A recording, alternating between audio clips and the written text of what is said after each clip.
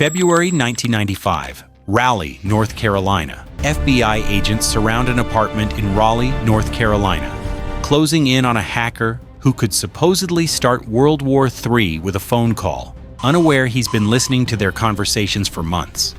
FBI tactical teams creep through darkness toward apartment 202. Inside, Kevin Mitnick, America's most wanted cybercriminal, sits at his computer, completely unaware. For 2.5 years, he's been a ghost.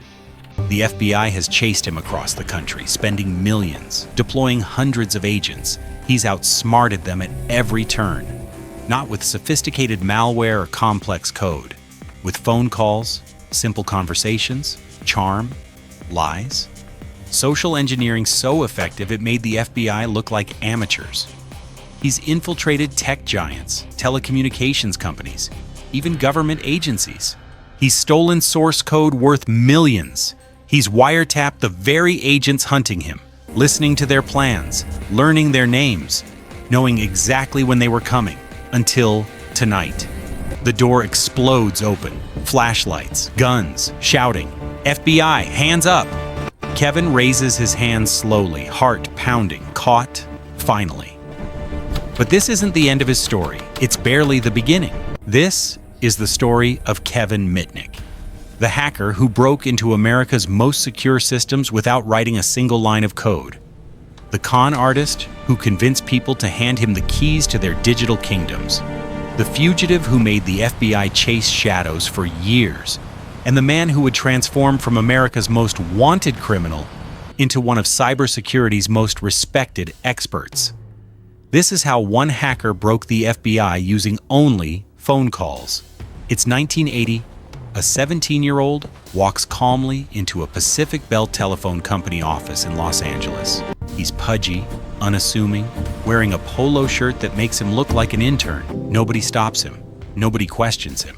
He walks down the hallway, opens an unlocked door, picks up several confidential manuals containing passcodes and technical schematics, tucks them under his arm, and walks right back out the front door. This bold theft is Kevin Mitnick's idea of fun. By the late 1970s, Kevin has already discovered the thrill of exploitation without writing a single line of code. People trust too easily. Systems are designed for convenience, not security. And Kevin is happy to take advantage. His first social engineering trick came at age 12, the bus ticket scam. Young Kevin convinced a Los Angeles bus driver to tell him where to buy a ticket punch machine, claiming it was for a school project. The driver, charmed by the polite kid, told him exactly where to go. It wasn't about saving money. It was about beating the system. By his teens, Kevin has fallen in with a crowd of phone freaks. Teenagers who explore telephone networks for kicks. Kevin, now calling himself the Condor after his favorite spy movie, treats phone systems like a giant playground. He figures out access codes, eavesdrops on voicemail systems, and pranks authority figures just to prove he can. Late one night, using borrowed credentials, Kevin dials into a phone company switch and reroutes a local FBI agent's home phone to a motel switchboard. When the agent's colleagues call, they get a confused motel clerk instead of their man. Kevin and his friends roar with laughter, messing with the mighty FBI. What could go wrong? But those phone company manuals he stole don't go unnoticed. In 1981, at age 17, Kevin Mitnick is arrested for the first time. A judge, stunned by the teenager's audacity, declares Kevin addicted to computer tampering and sentences him to juvenile detention and rehabilitation for 1 year. The punishment is meant to scare him straight. It doesn't. Kevin learns a valuable lesson, though. Don't get caught next time. By the late 1980s, Kevin Mitnick can't resist a challenge. Fellow hackers dare him to break into Digital Equipment Corporation, DEC, one of the world's top tech companies.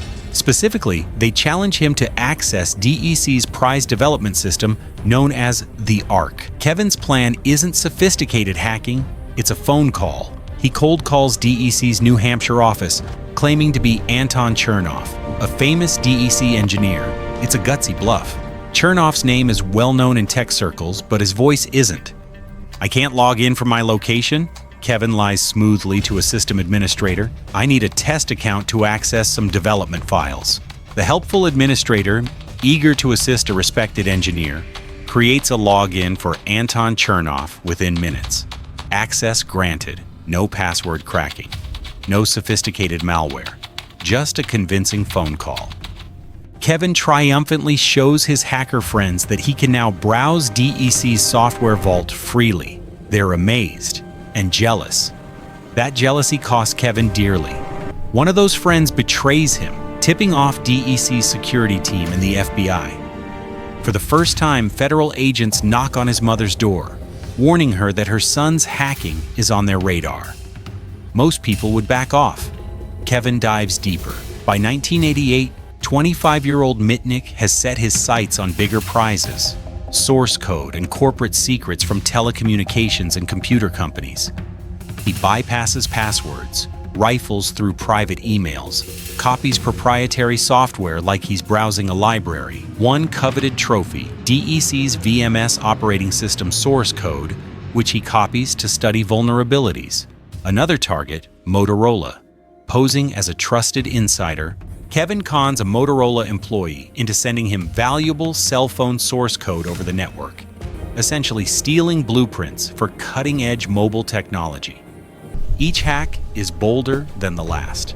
Kevin isn't after money, he's after knowledge, power, the rush. But in 1988, Kevin slips up, or someone close to him does. FBI agents arrest Mitnick and charge him with computer and wire fraud. This time, there's no easy escape. During bail hearings, a prosecutor makes an absurd claim that terrifies the judge. Kevin Mitnick could whistle into a telephone and launch nuclear missiles through NORAD. It sounds like science fiction, a hacker triggering nuclear war with a phone call. But prosecutors argue Kevin's skills are so dangerous, so unprecedented, that he poses a national security threat. The court believes it. They deny bail and lock Kevin in solitary confinement for 8 months awaiting trial. After nearly 5 years behind bars, including those months in isolation, Mitnick is finally released in 1989 on supervised release. The authorities think they've taught him a lesson. They forbid him from touching computers or modems during probation. Kevin walks out vowing to stay out of trouble. He lasts about 2 years.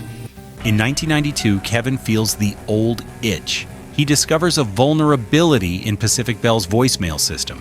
Ironically, the same company he'd burglarized as a teenager, and he can't resist exploiting it. The instant the FBI discovers the breach, they prepare an arrest warrant, but Kevin Mitnick isn't going back to prison. He packs his bags, assumes a false identity, and vanishes into the night. From 1992 to 1995, Kevin Mitnick becomes America's digital ghost. He hops between cities under fake names: Eric Weiss in Denver, Brian Merrill in Seattle. He rents cheap apartments, always paying cash. By day, he's a polite IT assistant at a law firm. By night, he's breaching corporate networks. Despite his photo on FBI Most Wanted posters, Kevin hides in plain sight. He even gains weight and grows a beard to alter his appearance, but he never stops hacking. During his years on the run, Kevin wages a one-man cybercrime spree. He infiltrates dozens of corporate networks, telecommunications companies, software firms, branches of the US government. He copies proprietary source code from Sun Microsystems, Nokia, Motorola, Fujitsu. He eavesdrops on private email. He steals password files at will. Each intrusion leaves IT administrators baffled. Who is this phantom breaching systems and vanishing without a trace? The FBI is embarrassed. One hacker is making them look foolish. But how does Kevin stay ahead for so long? The answer lies in his bag of spy tricks. Kevin clones cellular phones, reprogramming cheap cells with legitimate subscribers' numbers so any call he makes is untraceable to him. He uses each cloned phone briefly, then discards it like a burner. He carries radio scanners to monitor law enforcement frequencies, and he pulls off the ultimate feat. Kevin wiretaps the FBI agents hunting him. Yes, you read that right. He finds ways to listen to investigators' phone calls and voicemails. He learns the names and home addresses of every agent on his case, If the FBI plans a raid, Kevin knows hours beforehand. By late 1994, the U.S. Department of Justice declares Kevin Mitnick the most wanted computer criminal. He's their boogeyman, blamed for hacks he probably didn't even commit. His exploits spawn admirers campaigning "Free Kevin." Hackers deface websites, Yahoo, even the New York Times, with messages demanding his release as if he's some digital Robin Hood. The myth grows larger than the man, but Kevin is growing reckless. After years of success, he feels almost invincible. Then he makes a critical mistake. He hacks the wrong person. Christmas Day, 1994. While most people unwrap gifts, Kevin Mitnick unwraps a fresh target. He's been probing an internet service provider in San Diego and discovers a connection to Tsutomu Shimomura. To Kevin, Shimomura is just another system to explore. Over the holiday, Mitnick breaks into Shimomura's computer, copying sensitive files as trophies. Maybe he even leaves a calling card, as is his style. For Tsutomu Shimomura, returning from Christmas vacation to find his computer ransacked, it's deeply personal. This isn't an anonymous corporation being hacked, it's him, a respected researcher who takes pride in securing systems. An attack on his home turf is an affront. Shimomura is furious. He contacts the FBI immediately, offering his expertise to hunt Kevin down. For the first time, Kevin has a peer on his tail, someone who understands how he thinks and can anticipate his moves. Shimomura combs through logs, tracing Kevin's digital fingerprints. He identifies that the intruder is operating via cell phone connection in Raleigh, North Carolina. Use radio direction finding equipment to pinpoint Kevin's exact location. Agents drive around Raleigh with special antennas capable of homing in on signals from Kevin's cloned cell phones whenever he connects online. It's a literal fox hunt for a wireless ghost. In February 1995, the net draws tight. Late at night, around 11 p.m., a certain unregistered cell phone number lights up cellular networks. Their cue? Mitnick is online. On February 15, 1995, they get a hit. Direction-finding vans triangulate the signal to an apartment complex in Raleigh. They've narrowed it down to a specific building. As agents prepare to move in, Shimomura stands by anxiously. Would Kevin detect something was off? Just after midnight, the tactical team makes its move. They creep toward apartment 202. Inside, Kevin is engrossed in a late-night hacking session, oblivious that outside in the dark, the FBI is at his doorstep. 3, 2, 1. The door explodes open. FBI, get down! Kevin freezes. For an instant, he stares at the agents swarming him. Then slowly, he raises his hands. The chase is over.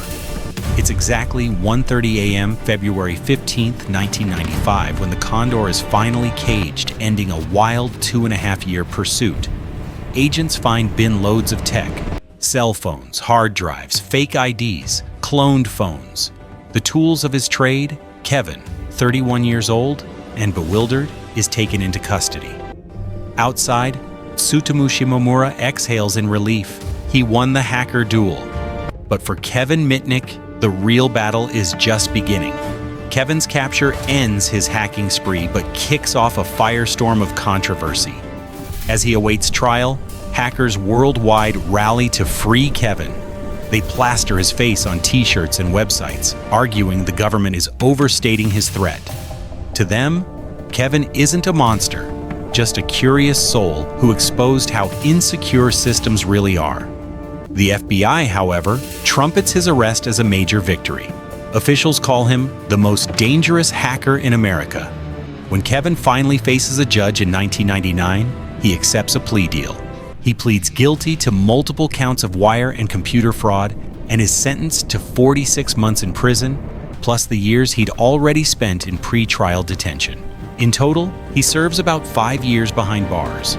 As part of his release, the court bans him from touching any computer or cell phone for 3 additional years. Imagine the world's most famous hacker forbidden from using the internet during the dot-com era. Kevin later jokes it was the hardest part of his punishment, but something remarkable happens. In March 2000, Kevin testifies before the U.S. Senate about cybersecurity. He speaks openly about how he pulled off his hacks, emphasizing that the human element is truly the weakest link in security. He describes with pride how he never needed to punch through high-tech defenses when he could just call an employee and ask for the front door key. Companies take notes. Following Mitnick's case, corporations and government agencies worldwide start investing in security awareness training, teaching staff not to fall for the tricks Kevin used. In a plot twist worthy of a movie, Kevin transforms from outlaw to advisor. After his release, he writes best-selling books, Ghost in the Wires and The Art of Deception, and begins working as a legitimate security consultant, helping companies find weaknesses using the same methods that once landed him in jail. The fox now guards the henhouse. Kevin even gains enough respectability to testify alongside law enforcement experts, warning Congress about emerging cyber threats.